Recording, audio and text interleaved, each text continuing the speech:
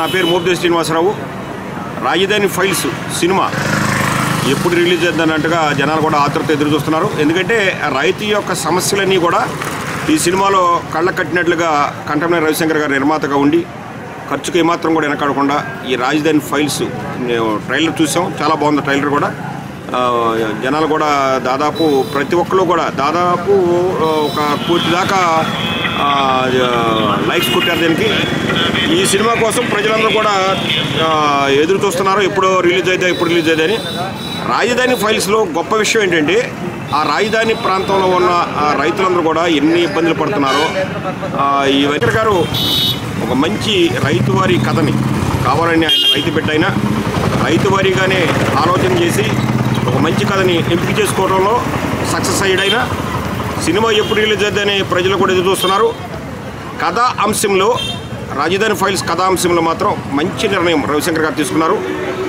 రైతుల సమస్యలు ఎట్లా ఉంటాయని, ఎందుకంటే ఆయన కూడా రైతు బిడ్డ కాబట్టి ఇవన్నీ కూడా కళ్ళకు కట్టినట్టు చూపించడంలో సక్సెస్ అయ్యారని మాత్రం మేము 100% నమ్ముతున్నాం. రాజధాని ఫైల్స్ సినిమా 1 కోటి మంది దాకా లైక్స్ చేశారండి, చూశారు. ట్రైలర్ బాగా బాగుందంటున్నారు. ఈ సినిమా సూపర్ డూపర్ హిట్ అయితేని ప్రజలు అందరూ కూడా మంచి ఒక అభిప్రాయంలో ఉన్నారు. రాజధాని ట్రైలర్ అత్యంతం చాలా బాగుంది. ట్రైలర్ కానీ కథ కానీ కథనం కానీ మూవీ చాలా బాగుంది. మూవీ ఎప్పుడు వస్తుందని ఎదురు చూస్తున్నాము. మన ఆంధ్రులందరికీ ఆంధ్రప్రదేశ్ రాజధాని మీద సినిమా తీయడం చాలా బాగుంది.